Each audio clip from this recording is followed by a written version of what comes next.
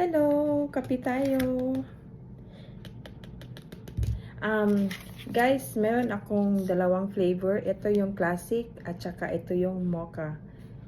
Kaya kung gusto niyo mag-avail sa kaping ito, let me know. Dito sa overseas, sa Canada ako ngayon, yung tanging maibenta mo lang ay mga JC products. Ito yung mga freebies na mga nakukuha ko, yung nag-register ako. Tapos sa Pilipinas naman, kumikita ako doon kasi meron akong business partner doon, yung pinsan ko, at saka may freezer kami doon.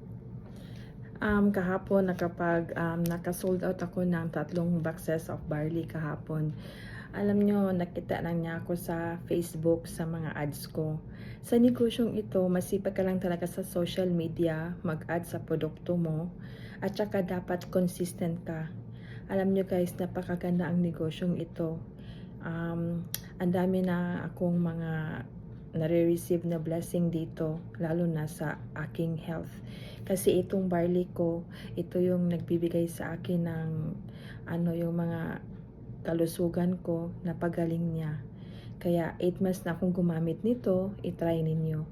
Napakaganda ang negosyo ko dahil sa halagang 17,888 magkakaroon ka ng food business, beauty and health wellness, and digital business.